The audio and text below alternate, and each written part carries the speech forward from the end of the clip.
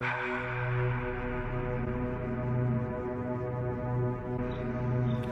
is five-time ROH World Tag Team Champion, the Zombie Princess Jimmy Jacobs, and I want you to listen to the source of all things Ring of Honor, the Honor Society, only on the Turnbuckle Tavern. And hey, I'm a princess. I always get what I want.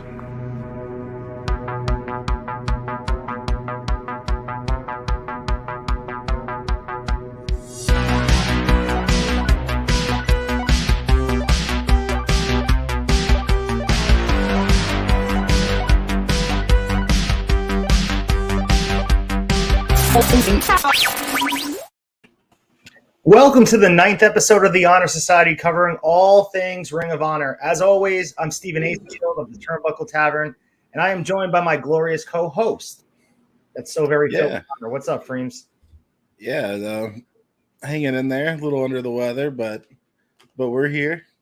A lot of cool stuff. I'm glad I'm here because there's a lot to talk about. So. Yeah, man, I'm glad you're here too, and I'm glad you're able to tough this out. Make sure you guys twitch.tv/FREEMZ.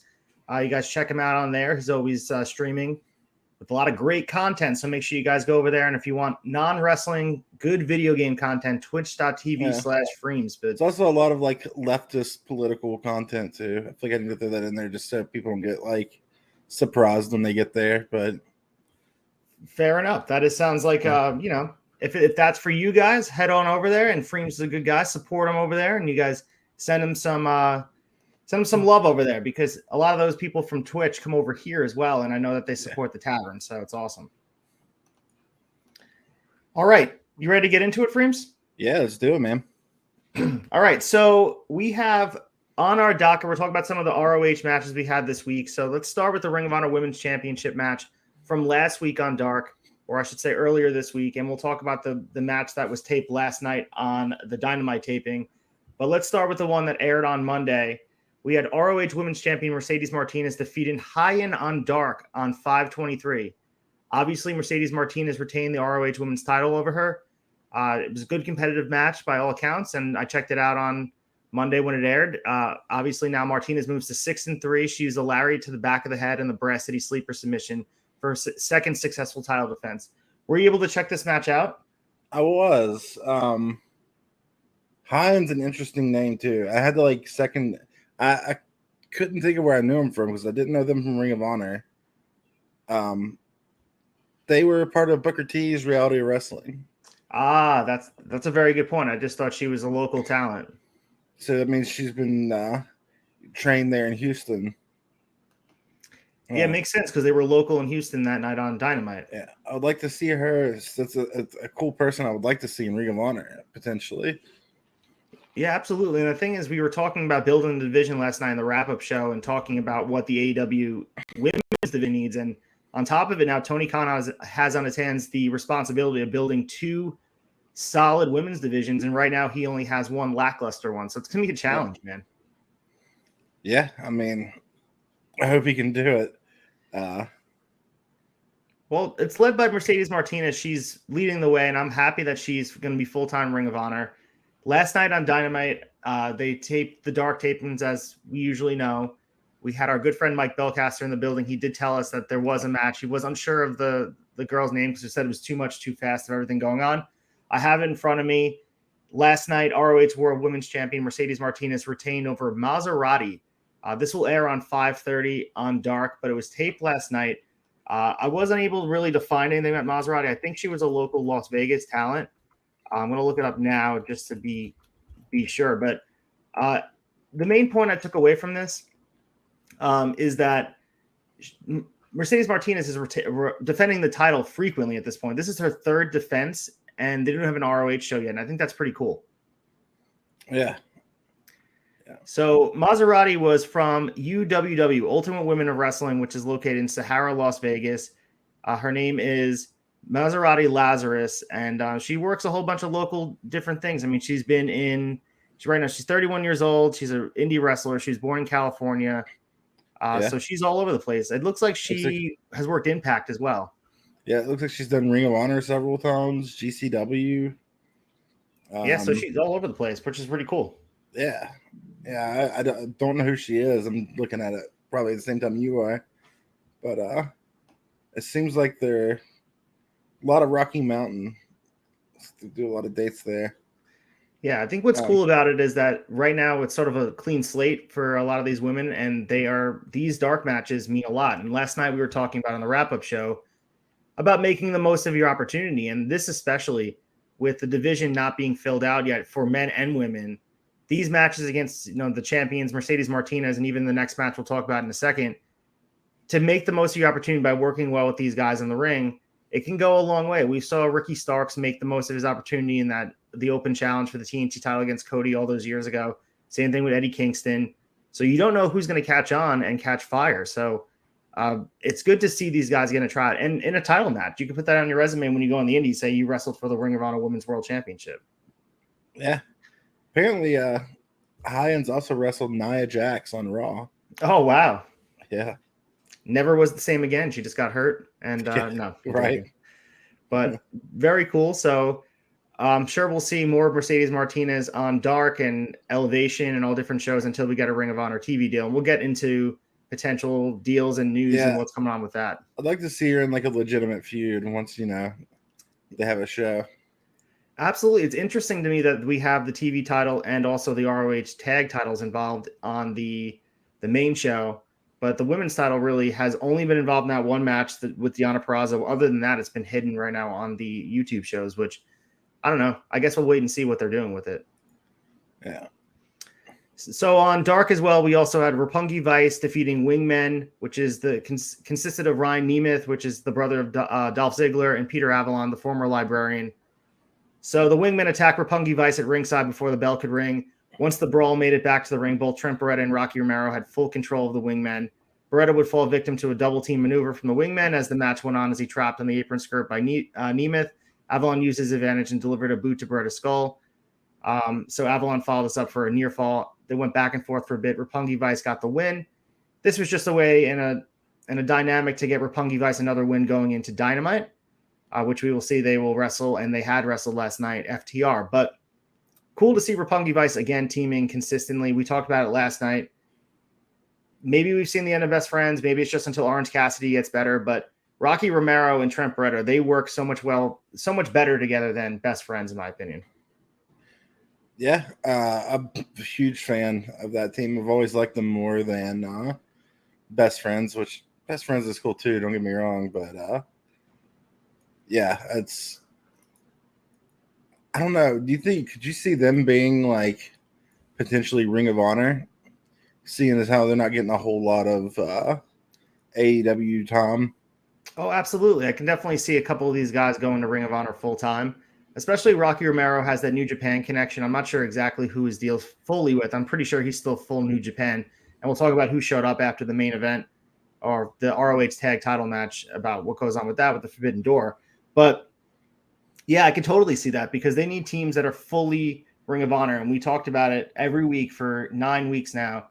We need to have two separate divisions that don't have too much overlap. Of course, you want talent that goes back and forth, and you want people to see different talents at different shows, but you want to be careful with that. You want to make sure that when you watch Ring of Honor, you know what you're getting. It's not going to be a crapshoot of just AEW rejects. Here's a weird question. Would you feel weird if they did like Best Friends was like an AEW thing, but then Roppongi Vice was a Ring of Honor thing? Like situations like that? I would be into that. It's similar to what they do in different promotions. It would actually support the theory of doing very separate things, because when Trent is in AEW, his alliance is with Best Friends. It's not like we're going to ignore it exists, but I think having two separate entities and like personas for Trent Beretta, it could be cool for him too, because I'm sure he enjoys doing the Best Friends thing. That's what got him on the main stage. But the Roppongi Vice thing, that side of Trent, the brutal side that we've seen lately from him, I like that better. But I'm sure that, people have their opinions. But I agree, man. I think that'd be cool. So we also have, as we mentioned before, and I have some pictures to show you guys of this match, we had FTR versus Roppongi Vice for the ROH Tag Team Championship last night on Dynamite on TBS. So you guys check this out. We talked about it on the AEW wrap-up show. this match was really good. We had Caprice Coleman from Ring of Honor on commentary, so that was awesome to see. A nice little Ring of Honor flair to it. Rocky and Cash started the match, and they wrestled a nice extended exchange early on. We had a cross arm breaker forcing Cash to roll to the floor. FTR is proving week in and week out that they are absolutely just one of the best teams in the history of wrestling at this point. They mesh up so well with everybody. It was awesome to see them just come out with the ROH titles. They left the AAA titles in the back. It was just all about the ROH titles this week. And this was an awesome match, man. I was all in on it. We talked a little bit about it last night, but any other thoughts you want to add to this match before we get to what happened at the end? I thought it was a great match. I've talked about it so many times now at this point. I just love Roppongi Vice, FTR, and they don't have bad matches. Yeah, and we went into this match obviously knowing FTR was going to retain the titles. It wasn't like Roppongi Vice was going to take them from them.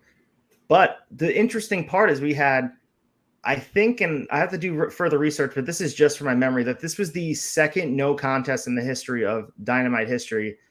And, I don't usually like no contests or DQs because it seems lazy to me, especially the way WWE has used it in the past. I thought this was sort of necessary as far as a storytelling mechanism, because at the end, we had the Great O'Khan showing up with Jeff Cobb returning to AEW for the first time. Great O'Khan and then Jeff Cobb we have seen in the past. He obviously took out Jon Moxley during the Inner Circle feud, so it's been a bit. So Cobb and O'Khan beat down both teams. Cobb hit the Tour of the Islands and powerbombed Dax for a table. O'Khan did the same with the Eliminator to Trent before standing tall with the ROH tag titles. They targeted both teams. It seems like when ROH TV kicks off, we have a built-in tag title feud right from the start, maybe a three-team feud. I have two questions. First of all, seeing United Empire here, do you think this is more of a New Japan thing, or do you think it has a lot to do with ROH? Where do you land on this? It's hard to say because the New Japan deal is happening right now, where they're going to have people coming back and forth. But it's not weird for Ring of Honor to use New Japan talent. Never has been. Right. So I don't know if that's a door that's going to be left open or not. If so, I mean, I welcome it. Yeah, the fact that they targeted the ROH tag titles meant that there's a storytelling device there that they want to build this further. And it was an interesting time to choose to do it because we had the go-home show of Double or Nothing where you're building up your WrestleMania, your biggest show of the year, and they chose to advance an ROH storyline. So this has me believing it's more of a Forbidden Door type of thing because that's in 3 weeks. Or maybe we'll find out this weekend, Double or Nothing, an ROH thing. There may be an event coming up that we don't even know about yet. Tony Khan has a lot up his sleeve. We'll talk about later when we get to the scoop of the news, and he did a lot of media today, so we'll talk about what he mentioned with ROH. My question, and I will remain to have this question, is what does that mean about Will Ospreay? Are we going to see him in ROH in some capacity? I know he's battling a lot of injuries, and we'll talk about that in the scoop, but he's part of the United Empire, so that means he has to be at least considered to show up, right? It depends. It depends on the first question, right? Like, because even though they're targeting the Ring of Honor Tag Team Championships, they're also targeting FTR, which is, largely an AEW entity there. So I don't see Tony Khan bringing over Will Ospreay to be on Ring of Honor. Yeah, no, I agree with that for sure. So I do think he could show up though. I think Jeff Cobb and Great O'Khan probably can do a large stint in ROH. I think Will Ospreay probably will never set foot in an ROH ring. If they're going to use him, he's going to be on AEW on a big stage, deservedly so. You want to showcase him on your biggest show, your flagship show. He is one of the biggest wrestling stars in the world and truly creates dream matches that. And I'm not saying we are the Honor Society. We talk about ROH, but let's be honest. We want to make sure that Will Ospreay is showcased in a way that you get the most eyes on him. And right now, there's no eyes on ROH. It's a matter of like getting them on YouTube and getting them wherever you can on Dynamite, filling the gaps. But I think the bigger thing is Jeff Cobb and Great O'Khan could add to them into the tag division, and also you also have the Tully Blanchard Enterprises as well to add. So we've got a decent amount of teams that are building up to possibly having a nice structure in place when a TV deal does go through. All right, so lastly, before we move to the scoop, let's just talk about GCW Maniac. We had Bandito taking on Nick Wayne. This was an awesome match. If you guys check out the GCW show that airs on Monday nights, or they aired on Tuesday night this week on Turnbuckle Tavern with Chad and Mike Belcaster, they talk everything about GCW. So if you want your full fill of this event, you guys can check them out. They're also in podcast form, so make sure you guys check that out. But for our sake, Bandito is an ROH alum, ROH legend, in my opinion, ROH former world champion. Nick Wayne is a prodigy. He is, at this point, 17 years old. He is signed to AEW. He's working the indies. He's crushing it.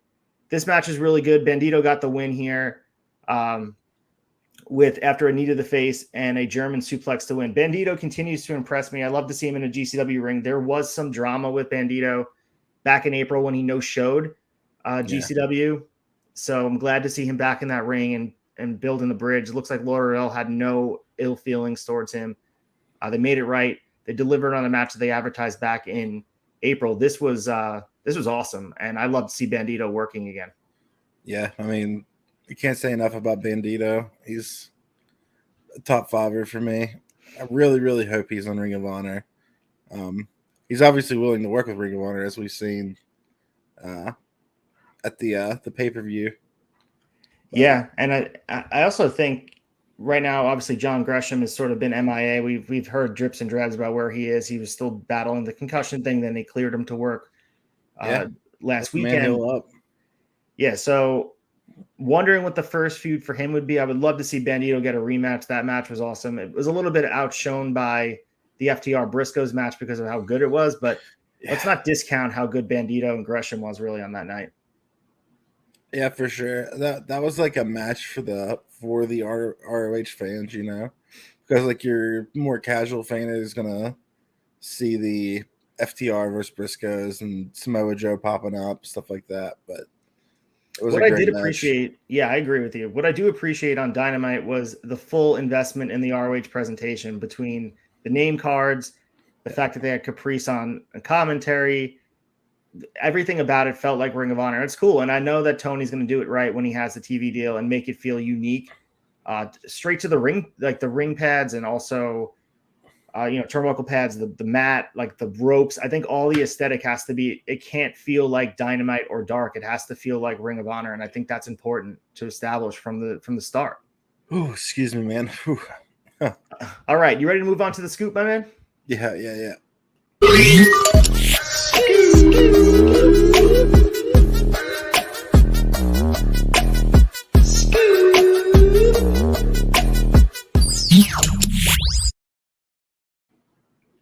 All right, here are words we thought we would never hear in 2022. What does Road Dogg have to say about Ring of Honor? So he's in the news this week talking about Ring of Honor, and in an interview with WrestleZone, Road Dogg said that the wrestling business does not hold much financial value in it. He stated that Tony Khan had to buy ROH as the promotion could not keep going due to the fact that they were spending more money than they were making. And this is a quote. If there was money in wrestling, then Tony Khan wouldn't have to buy Ring of Honor back. It wouldn't have gone out of business because they had great wrestling. He went on to say that people don't just want to see the wrestlers themselves on shows, but also want the gaudiness of everything as well. People want to be entertained too. You've got to give them a little glitz and glamour. You've got to give them a little carny. You've got to step right up, folks, and show them shiny stuff and some pyro or whatever. So he's obviously approaching this from a WWE sports entertainment side, talking about how ROH was just the workman's company, that it was just all about the in-ring product. I would imagine that Road Dogg would probably agree with the sentiment that they shouldn't be what they used to be. And I couldn't disagree more with Road Dogg in any way. Like literally everything he said was the opposite of what I want in my wrestling product. I agree. I don't want it to be over polished, over produced. Yeah, it's not my thing.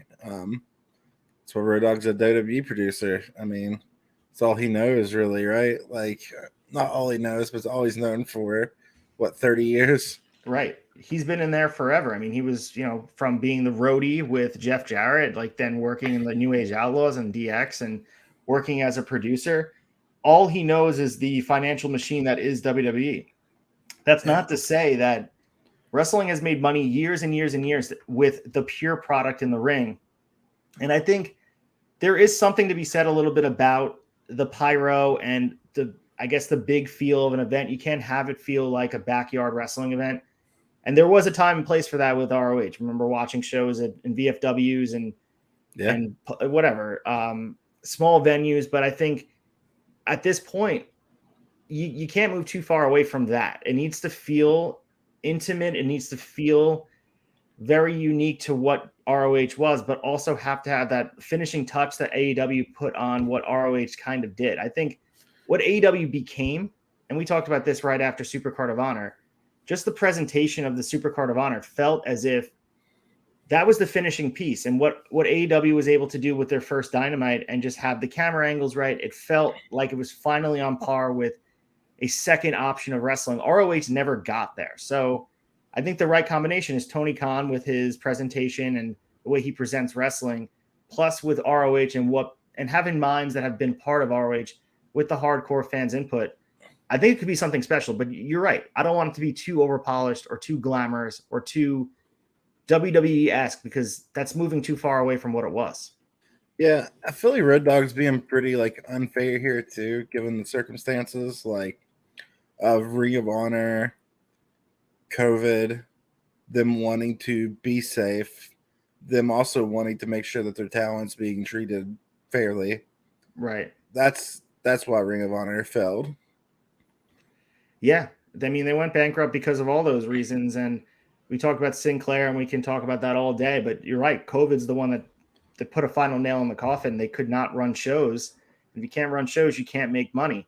I mean, the statement I take objection with is saying that there's no financial value in the wrestling business. That's just wrong. I mean, years and years have proven that. Like, WWE Sports Entertainment makes billions of dollars, but that's not to say people can't make a living on independent wrestling and the way that's structured. That's just insulting, especially from someone who never really worked the indies. Yeah. But I mean, he has his opinion. Like, the thing is, he, like you said, he can't think outside of where he is because he only has his perspective. And he probably was asked about it. He's doing an interview and he can't just, put his brain in someone else's experience. But, like, the fact that he hasn't had that experience to work the indies and have to grind it out, there is money in it. I mean, Matt Cardona is showing that there's a lot of money in the indies. There's a lot of money to be made, not just in the machine. So, I mean, he couldn't be more wrong, in my opinion. Yeah, no, I totally agree with you. Also, I wonder what his a measure of success or measure of money is. Because if he's wanting to compare it to the $1 billion industry that is WWE, then yeah, there's not going to be a lot of successful wrestling companies. There's only going to be one. Yeah. And we know what the wrestling world looks like when that exists. When they monopolize wrestling, the fans lose out 100% because you are stuck with, this is what you're eating. You're going to enjoy it. And you either can eat it, or you could just sit there and enjoy it. But there's no other options. Like, as a fan from the years where WCW went out up until AEW rose, you had to really search. Like, for New Japan, you had to enjoy ROH and the ways and obviously we talked about it. It's kind of hard to find ROH, kind of hard to find the indies. Out of the ashes of WCW. Can you repeat that? So TNA was hit or miss. Exactly. So, the more wrestling, the better for everybody involved.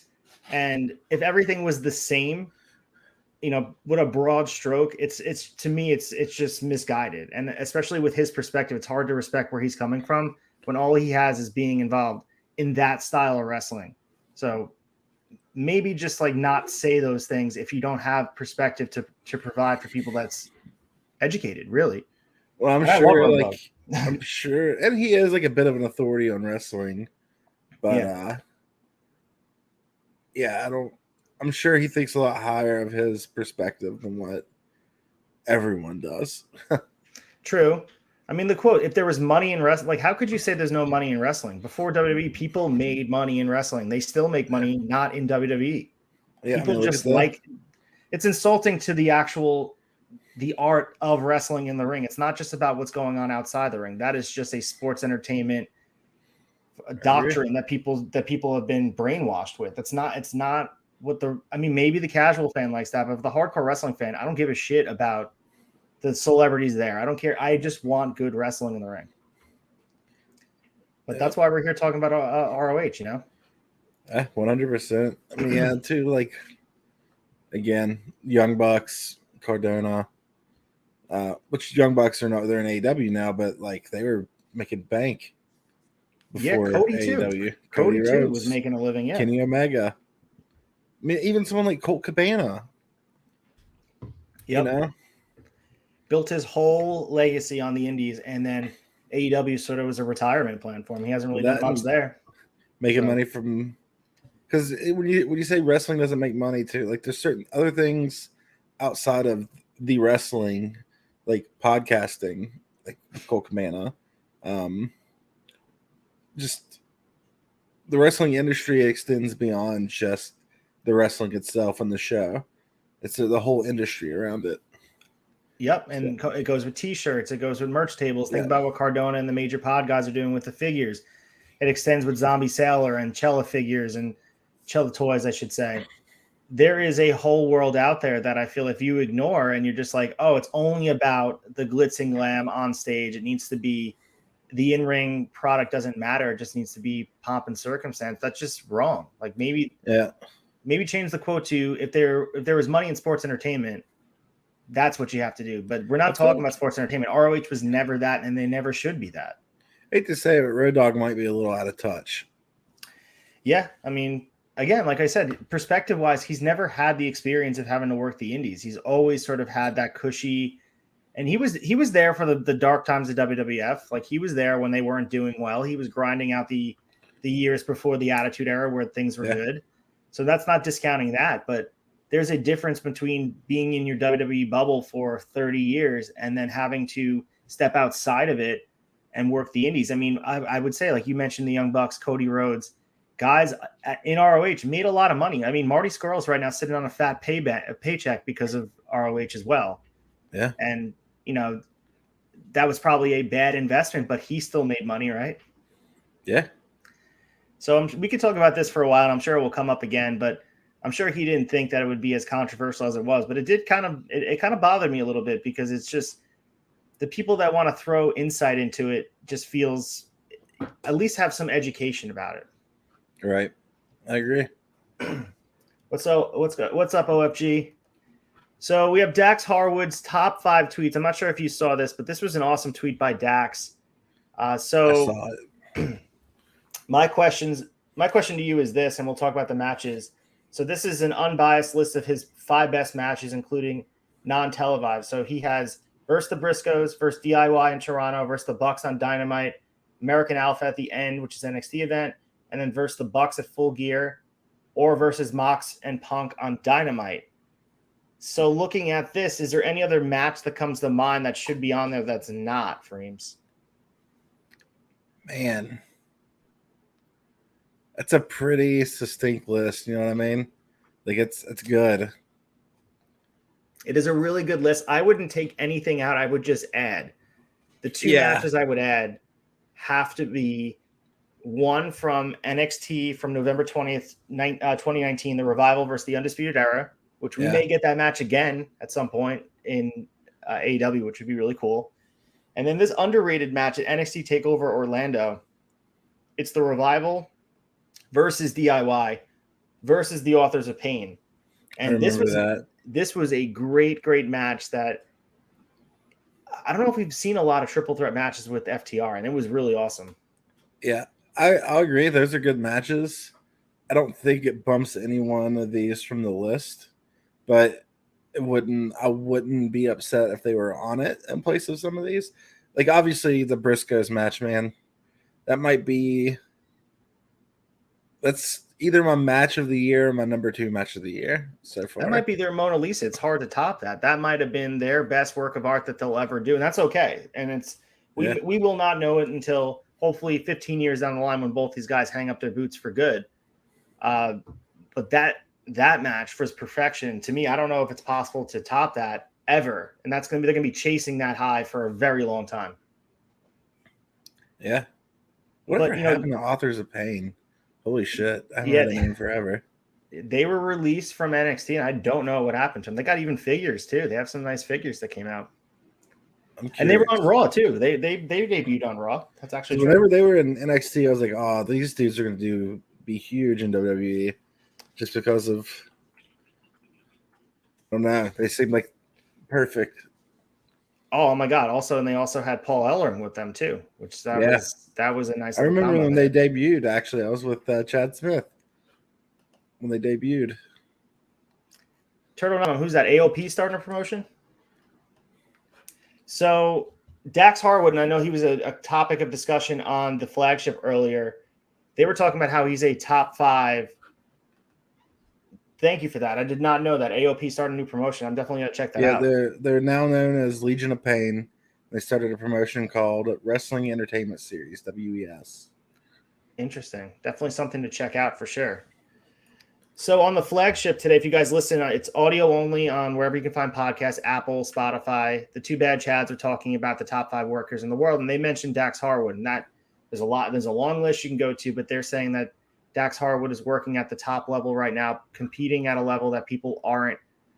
And for me, I have to sit really and pen to paper, put guys down, and really arrange the list. I'm not sure if Dax Harwood is in my top 5, but it's hard to compare right now because he's working at his best level of all time. He's going out there. I mean, I go back to the match with Punk, all those matches that the Moxley and Punk tag match, they're working at a level that is beyond. And I remember going back weeks ago, we talked about how FTR wasn't being utilized appropriately following the Supercard of Honor. They kind of fell to the background when they lost the AEW tag titles, and they're hotter than ever. They became a very hot commodity.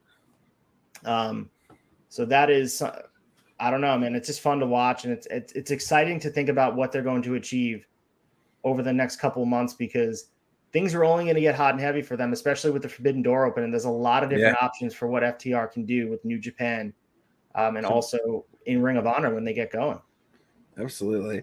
Not to get too sidetracked, I sent you a link for the WES. Yeah, and it's just a who's who of I've been released from WWE. And make it to AEW. Plus Alistair Overeem. Can you read off the list of who's there? I can't remember all their indie names, so I might have to use the WWE names on some of them. Sure. But you got Alistair Overeem, former UFC MMA fighter. We got Mojo Rawley. What is her name? I can't remember. You got Fandango. Looks like we got who is the luchador? Sin Cara? No, Kalisto. Oh, Kalisto. Okay, Kalisto. Former U.S. champion Kalisto. Okay. Jay Perry, Nia Jax. Oh, wow. Yeah, this is interesting. Okay, Adam Shear, Chelsea Green. They got their names here. Okay, yeah. Paul Ellring's going to be there. Okay. Tenille Dashwood. Killer Cross is going to be there. All right. Yeah, so, tell you right now, Killer Cross isn't jobbing. You know he's going over that night. Blake and Macklin? Isn't Blake? It might be Blake Murphy. It is Blake Murphy. Yeah. Biff Busick, which I'd love to see Biff Busick in Ring of Honor. Oh, hell yeah. I saw him at House of Glory. That was an awesome show. He's ready-made for Ring of Honor. I watched Biff Busick wrestle Tommaso Ciampa on an Evolved event. It was a really good match. Oh, yeah. Absolutely. Sorry to sidetrack this. No, all good. That's a very good. And Turtle, thank you so much for adding that to us. That is something that I'm definitely going to check out. AOP is sort of hidden in the background. I mean, they need some more light on it. There's some good names on that list. Except Braun Strowman. Fuck Braun Strowman. All right. And kind of fuck Nia Jax too, right? Yeah, true. Yeah, both of them. But there's a lot of good talent on there that deserve to have some spotlight. But let's talk about Tony Khan. And, on the Dynamite wrap-up show last night, we talked about Warner Brothers and Discovery attending the June 1st edition of AEW Dynamite from the Forum. So the long and short of it, the quote is, I'm very excited because we're at the Forum next week, and I'm just really honored, and it's a great privilege for us because a lot of the top executives at Warner Bros. And Discovery are going to be at the Forum. It means a lot to me personally to be in the Forum to begin with, and I can't tell you what it means to the top executives from Warner Brothers. Discovery are not only coming to the show, but they're throwing a great event for us afterwards in the Forum. Just to have their presence to begin with means so much that they would come to the show and also at the top of the executives of Warner Brothers and Discovery family are going to have an event with us with a lot of people in AEW, and we're going to just hang out. That means the world to us and getting to know each other better. We'll talk about more of it in a second. I know that it was crowded in the AEW wrap-up show last night. It was hard to get our thoughts out there. Yeah. Do you feel like it's a done deal that Warner Brothers and Discovery are going to be announcing some level of streaming deal following Double or Nothing weekend? I hope so. And the big question is, would you be fine with Ring of Honor being a strictly streamed television show?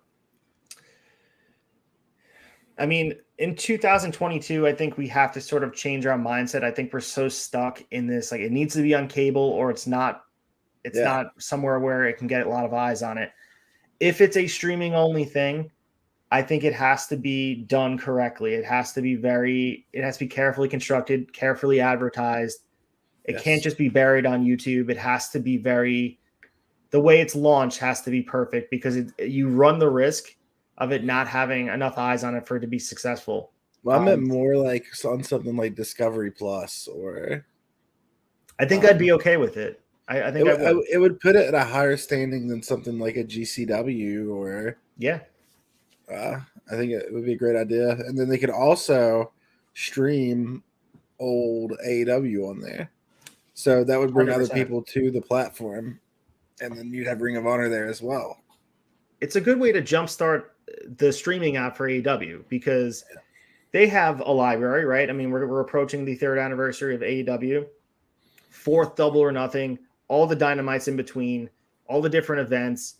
Finally, one place you can get them to stream, but that's not enough for people to, I guess, invest in a streaming platform. So to have ROH, and whether Tony admits it or not, purchasing Ring of Honor, having the in-ring product current is just as valuable as also having the old stuff, because that is something that they have a leg up on everybody. Content is king. To be able to have the content and go back 25 years of not just wrestling with the ROH brand on it, guys that are legends in the business, matches that they started in and now have become world champions elsewhere. AJ Styles, Bryan Danielson, Kevin Steen. The list goes on and on and on about who can be listed there. Matches that are exclusive to your streaming service. The exclusivity, it's not just, oh, check it out here, it's elsewhere too. No, it's nowhere else. And what they could do, and Ring of Honor is very generous with how they put things on YouTube, and they don't remove a lot of the full matches. I would pull everything down off of YouTube and say, if you want Ring of Honor content, you come to our streaming service. Same thing with AEW. I'm of 2 months with that, because if it's on the YouTube, maybe not add any more to it, but people might discover Ring of Honor by searching, CM Punk or searching Samoa Joe. It's a very solid point. It's like a gateway drug to getting someone into the door. Yeah. Got some good quotes. And Turtle, thanks for hanging out with us tonight. I think having a weekly show on YouTube would do wonders for them. Yeah, I mean, if that's the option, I know that presentation has to be right. It can't just be WWF Primetime Light, like AEW Dark and Elevation is filled with just squash matches. But you're right. I think just having a full show with the presentation could do wonders for them. And accessibility is key, and a lot of younger people don't have cable because everything can be found on the internet these days. 100%. And I think having a streaming service, look at how successful NXT was when they were on the network. And I know people didn't subscribe to the network for NXT, but in my opinion, the golden era of the black and yellow NXT was when they were just streaming on the network. And you had the takeovers, it felt exclusive. And I think you have to be careful with that, because NXT at the time was viewed as a minor league. So again, it's all about presentation. It's all about how you present the stars and how they interact with each other. Like NXT was at its best when Kevin Owens and John Cena were interacting, and Kevin Owens got the better of them. The brands felt like they were on par. At one point in WWE, they had Charlotte defending the NXT title at WrestleMania, because the women's title felt like, she was going for the women's title, I should say. It's wild how different NXT is now compared to what it used to be. You had Finn Balor coming over and winning a championship from Seth Rollins. Yeah. And if it's on that level, dude, I'm all for it. Like, that would be amazing, because that was when NXT was a legitimate third brand for them. It wasn't just developmental. Let's get these guys in the door and figure out a way to get them to work safely and correctly. I truly believe, and not to get too far in that conversation, that it was a scorched earth thing by Vince McMahon. He lost the battle on Wednesday nights and he just lit it all on fire. And he was like, this failed. And I think what AEW is now is it's catering to that fan base. Like that fan base hasn't come back. If you look at the demos of it, it's 60 plus, 50 plus adult men are watching NXT, no longer the 18 to 26-year-old. Yeah. We also have Turtle in here as well. Also, time constraints aren't really an issue if you make the show on YouTube. It's a good point. I mean, we see AEW has struggled in the past. I mean, very recent past with formatting their show. I mean, as recently as a couple of weeks ago, Jeff Hardy and Adam Cole got 6 minutes to go. They skipped the entrances and all that. But yeah, I mean, you could go as long as you want and have these matches go Broadway, like 60-minute classics on YouTube. But I'm all for the streaming service, in my opinion. I think Discovery Plus could be a really good option, and it's a step above other promotions. Like you mentioned, GCW, they're on Fight TV. So bring back Ring of Honor, 60-minute draws. Yeah, exactly. We need a shirt, Bad Chad. Bring back 60-minute draws, even though we got one in AEW. All right, so we're moving to another Tony Khan comment, and today he did an hour-long media session leading into Sunday's Double or Nothing, and there were keynotes when I watched it that I pulled out of it that had to do with Ring of Honor. So interesting, and I think you had mentioned this when we talked about this when it came up. He had said he bought Ring of Honor by himself personally and not under the AEW umbrella due to circumstance, which was price and opportunity, and that he wants them to be their own standalone brand. Yeah. So that seems like just a side comment that he made, but that seems pretty important that it isn't just going to be an AEW entity. It's going to be its own thing. So yeah, but what does that even really mean, though? Matt, get it? It's not owned by AEW, but it's owned by the guy who owns AEW. So, like, doesn't change a whole lot. Like, you can still cross, as we're seeing now. We're seeing a lot of Ring of Honor on AEW. I'm curious to see what happens with it, is all I'm saying. Yeah, it's going to be hard not to cross-pollinate the talent because the guy owns it, and it's not like you're ever going to. Yeah, and you're never going to run a show against each other. I mean, obviously, we saw they did run Supercard of Honor against Rampage that one time, which led all of the executives in a tizzy, which is probably the reason why we got the Hangman Lance Archer match on TNT. But yeah, I think to operate as a separate entity, like you could say that, but if you were truly a separate entity, you'd be a competitor. You're working together because you're never going to have two events on the same night. If it was two separate entities, you let someone else run it, and it would be because if whatever should as well, it's win-win. Like, I don't know, right? It's hard to go head to head when you are owning both. You're not going to jeopardize one business for the other. So even if it's not under the same umbrella, to be successful, you have to have them on separate nights with and considering the other. You want to make sure they're both successful. So at the end of the day, they are always going to be linked as long as Tony Khan owns and operates both. Yeah, absolutely. The other thing he said, there is no update on Ring of Honor returning to weekly TV, but he did say that he had good talks with Warner Brothers and Discovery about that and how to expand AEW. He would like to get weekly TV and a return to pay-per-view coming soon. How soon, we don't know. I know that he's going to be otherwise occupied with Forbidden Door. We know that Double or Nothing right now is occupying a lot of his time. But as things settle down, we're going to have, once Forbidden Door happens, we're going to have a lot of time in between Double or Nothing and the next pay-per-view to really sort things out and figure out where they're at. Also, I think somewhere between that, we're going to get a Ring of Honor pay-per-view, in my opinion. With Tony Khan, too, you never know. Like, he could say that there, and then Double or Nothing can come out and be like, guess what? True. Yeah. You know he's going to come out and talk on Double or Nothing. He's going to come out and say something. It's not necessarily about Ring of Honor, but he is going to come out and talk. Yeah.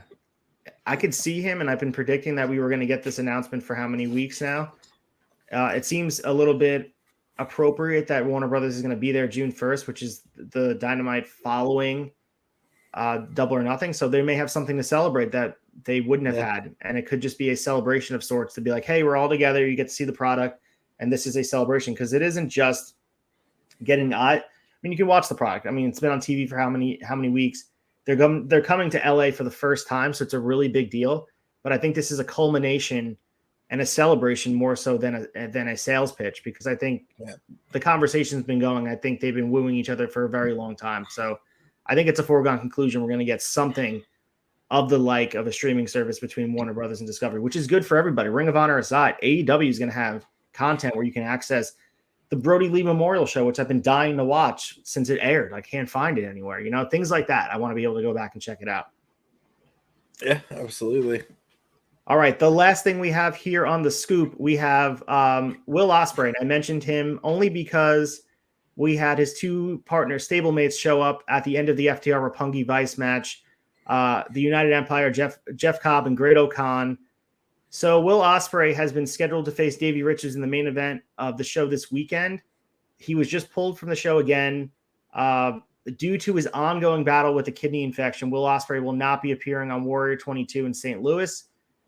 Dave Meltzer addressed Ospreay's condition following the announcement that he would miss Rev Pro's show last weekend. And this is the quote, and it's kind of concerning. It's serious business, and until the infection clears, we won't have an estimate of when he can return to the ring. But what he has is no joke. Ospreay said he was as miserable as he's ever been, that he can't stand without feeling as if he was about to faint, and gets bad sweats as well as bad chills.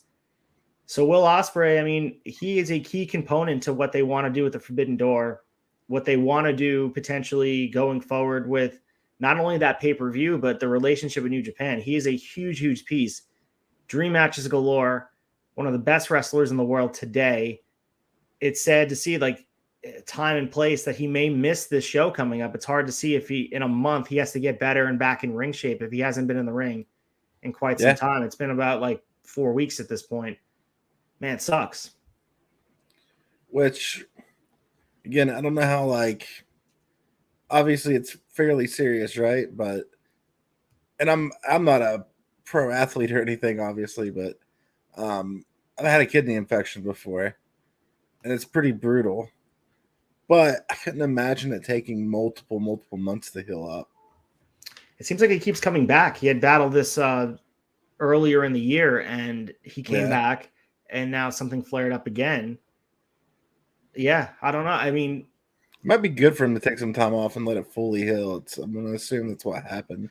Yeah, and he floated into our consciousness, obviously, because Great Khan and also Jeff Cobb came in, so they naturally came to mind. Stablemates, it's like having Scott Hall and Kevin Nash, not talking about Hulk Hogan. They go together. They are faction mates. They constantly float in and out. And I mean, Will Ospreay is a valuable piece to the New Japan brand in order for Forbidden Door to be successful. I don't think it's contingent on him being there, but it certainly wouldn't hurt, because I can think of a lot of matches I want to see Will Ospreay have with AEW talent. I mean, goddamn. It's going to be a shame to have Forbidden Door if Ospreay and Kenny Omega both are not able to be there. It's a solid point. It's almost what's even the point? Those are the guys you are looking to have competing with your best. These are the two best talent probably both brands have to offer as far as in-ring quality goes. The idea of the Forbidden Door thing, and there's so many matches that can be had, but they need to be dream matches you would never have. I'm talking Bryan Danielson and Okada, things that needs to happen. It just can't be for the sake of having matches because they go on different brands. I don't know. I'm curious how they book it, and they're not moving too far ahead. And I know we haven't seen a lot of it yet because they're focused on Double or Nothing. We've got drips and drabs of New Japan's presence in AEW. We saw Jay White obviously make his debut, and he was utilized poorly, in my opinion. Jay White they didn't get the best out of Jay White with him being his Impact stuff was awful because he had no shine on that. And then he was just buried on Rampage. It was weird. It was so weird to me. Do you think someone like Coda shows up? There's a question there because all the stuff with Coda was he allegedly is going to be freed from his contract and there would be a non-compete. This is all near, whatever hearsay. And this is through the Japanese guys we are translating his tweets and translating through the media. It would be fascinating to see him show up in AEW to be an AEW talent, and then he's still working with New Japan guys because now he's with AEW. But the relationship has deteriorated to the point where it seems like Coda's done. I mean, unless they come to some sort of accord that makes them okay with each other, it seems like Coda absolutely has not burned the bridge, but it seems like it's a little bit not able to travel back in the direction that they used to be because there were some bad things said between the two parties. Yeah. So I'm hoping Coda comes back. I'm hoping he can get right because My concern about Kota throughout the years is like he never allowed himself to heal. And you talked about Will Ospreay giving himself time. Kota has the ability to take these freakish neck bumps and these headshots to the point where, he has to have some detriment to him from taking these shots year after year. I think people forget how old he is. Yeah, he's close to 40. He is 40. He is 40. Yeah. I mean, he's a freak of nature. The guy is shredded. And I think for him, I think Meltzer was talking about him, and Meltzer obviously loves his Japanese wrestling. Kota probably is having a little bit of a midlife thing where he's realizing that his best years are going to be rapidly behind him because of the fact that he's not able to compete right now with that injury that is just nagging. He really, since he hurt his shoulder, he hasn't been able to come back. And then he re-injured it again, and he's still out.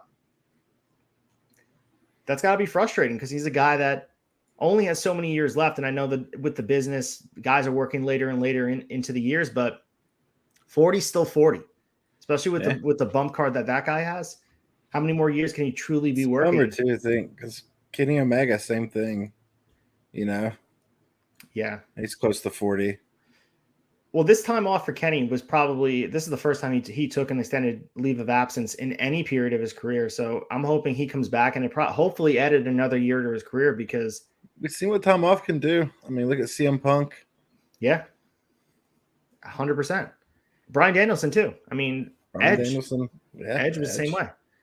But with Kenny Omega, think about the matches we were getting from him he had vertigo, the ring was spinning, and his shoulder was like, he couldn't even lift it. So weirdly enough, another thing that I have is vertigo. I could not imagine trying to wrestle with vertigo. Like brutal. Trying to take a piss is hard with vertigo. I couldn't imagine wrestling. Yeah, he was talking about in that interview he did on Wrestling Observer about having to navigate the ring, and it was almost like, you ever played like one of those video game levels where like the controls are backwards? I think of like Super Nintendo Baseball Simulator where you get the special effect and you have to move in the opposite direction. So like if you want to move right, you got to hit left. That's like vertigo, right? I'll give you the right mindset. Oh, it just depends. Have you ever got the spins before drinking? Of course, yeah. It feels like having the spins without like the nausea. So like everything's kind of just spinning, like you're standing still. That's what it is. Even when you lay down, it feels like you're moving. That's what vertigo feels like. Brutal. Brutal. But that wraps up our scoop. We're going to move to top honors and talk about what we liked about the Ring of Honor presentation this week. Top honors.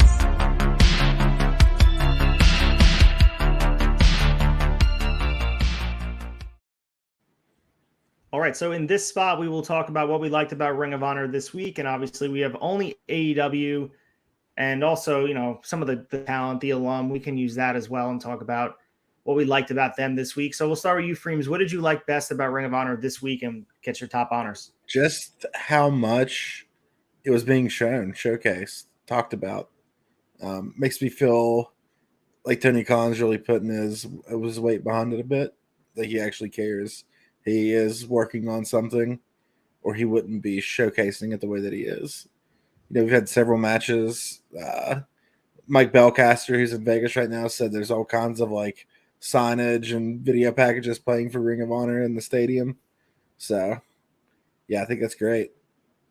Yeah, that's a great top honor. Arena, not stadium, but yeah, it's still the same thing. And the fact that they're playing video packages and using that footage for good to build up the meaning of these matches, it just shows what they're going to do once they get off the ground running with the Ring of Honor brand.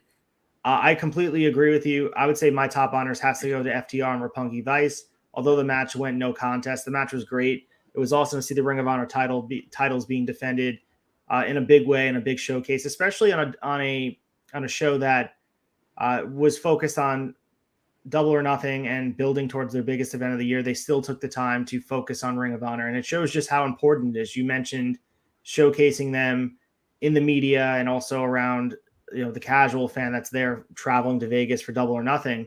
But it also shows how important it is because they didn't put it on hold at all, and they continued the storyline that went on there. And we got Jeff Cobb and Great O'Khan. I thought that was great. And I mean, my runner-up has to be the Bandito Nick Wayne match from GCW as well. I know it's not really Ring of Honor, but Bandito is more Ring of Honor than a lot of guys are. That was a great match. And if you guys want more insight into the GCW Maniac event, go back and check out Tuesday's episode on the Turnbuckle Tavern with Chad and Mike Belcaster talking about GCW. They go more into depth. They show some highlights of the match. That match to me was really good. And I think Bandito deserves a spot and a consistent paycheck and a spot where he can work with guys that he could showcase his skills, because we talk about all the time. He is a huge guy that is able to move like a lucha. He is a special wrestler. And I think he doesn't get his credit. And I'm really excited to see what he can do. And if it's with Ring of Honor, great. But if it's somewhere else, I'm still going to follow along and check it out. Yeah, absolutely. So those are our top honors. We are now going to move on to our honorable mentions, where we will recommend one match for the viewers to check out. And this is one of my favorite segments.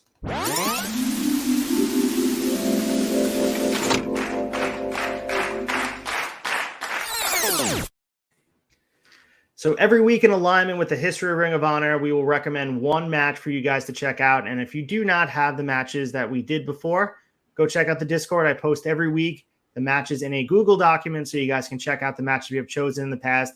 If we have a guest on here, like in the past we had Nick Storm, I believe maybe Mike Belcaster was on here before. I forget. I'm having a brain lag right now. But either way, we post their events and their matches on here as well. So every match we've ever chosen has been listed. It's mostly for us as housekeeping, because we want to make sure we don't choose the same matches twice. FREEMZ, would you like to start first and give your match you're recommending? Yeah, hopefully we haven't done this one yet. I can't remember.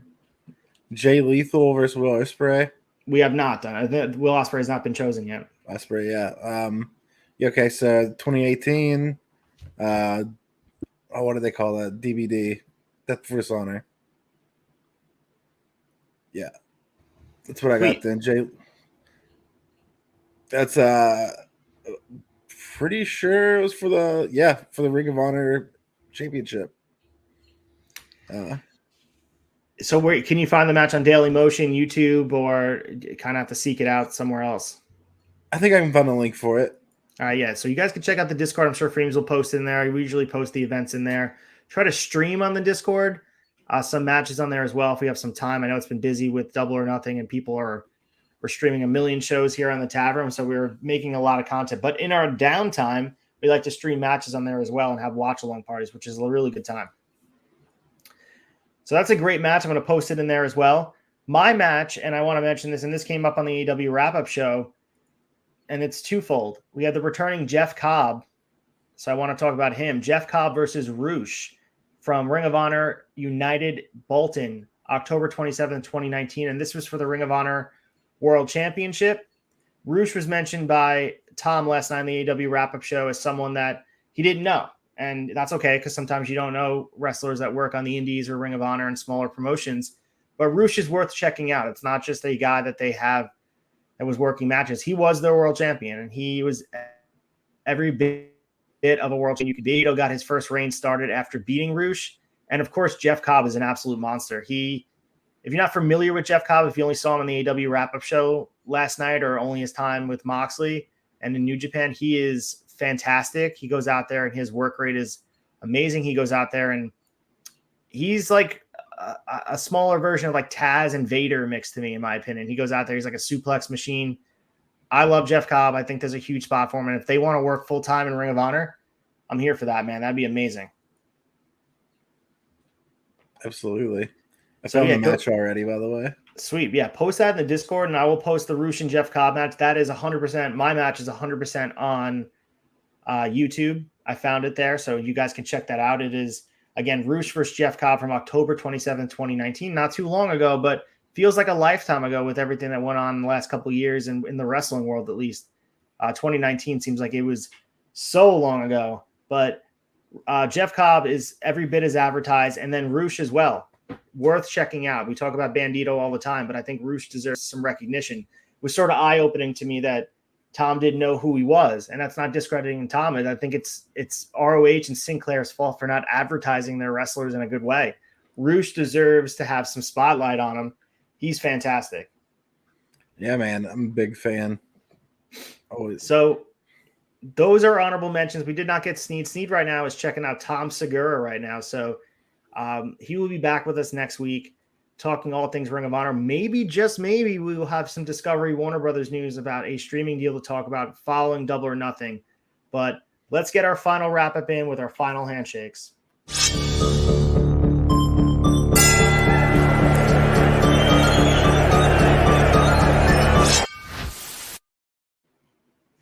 All right, so we're here at the final handshakes. Next week's show will be June 2nd, 2022, and we will continue to be talking about the latest news in ROH and, of course, Ring of Honor history to fill in some gaps. Make sure you guys tune in. Let's get some housekeeping in quick just to show you guys a little bit about what we're doing here in the tavern. Make sure to like and subscribe to the Turnbuckle Tavern. We continue to give out hours of free content. The least you guys can do is come check us out. If you like what you're seeing here, I'm sure you'll like the other shows. We have shows for every type of wrestling you can find: AEW, WWE, GCW. If it's happened in the ring, it's happened here on the Turnbuckle Tavern, and we are talking about it. Join the community, a bunch of great guys talking about everything we love, which is pro wrestling. We also have some shirts available, guys. Go to prowrestlingtees.com/tavern. You guys can check out the Honor Society shirt, the classic shirt with the Honor Society logo. You can pick up a FREEMZ shirt that is inspired by the Descendants, which is an amazing shirt. You can check out the Ace shirt. And if you're not into Honor Society merch, there is every other show available on there as well. So come check that out. And of course, if you would like to get your voice heard on the tavern, call 304-404-2004 and hear your message played on the flagship show. As I mentioned before, the Two Bad Chads every Thursday release a Dynamite review where they're talking about the week in wrestling and the news, and they talk about Rampage, and they have Call the Hawk, they have FREEMZ Fab 5, which was amazing this week. But if you would like your voice heard on the flagship, leave a voicemail and it will be heard. So check that out, guys. FREEMZ, what's going on your end aside from everything going on here in the tavern? Yeah, twitch.tv/FREEMZ. You never know what you're going to find over there. We're usually doing gaming or reacting to videos.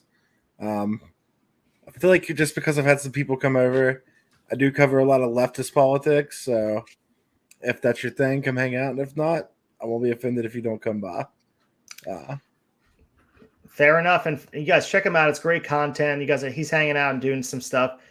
Tonight, though, in an hour, if you guys didn't get enough of wrestling conversation, there is more to come. We have Hanging at the Tavern tonight live, 9 p.m., where the whole tavern will be hanging and giving their predictions for Double or Nothing. FREEMZ, will you be there? Probably not, man. I'm pretty sick. All right. Well, I appreciate you being here with me, man, and taking the time to talk about ROH and filling the commitment here, because it was a pleasure talking to you about all things ROH, and I always love getting your opinion and expertise because I know you are a lifelong ROH fan. Yeah. So that's all we got for you guys. FREEMZ, again, feel better, man. It was a pleasure, and I hope next week we'll get Sneed back here too. We'll have the full squad here to talk all things ROH, and maybe, just maybe, we'll have a streaming deal to discuss. So I've been Stephen Acefield, the Ace of the Tavern, for twitch.tv/FREEMZ. This has been the Honor Society, and as always, abide by the Code of Honor.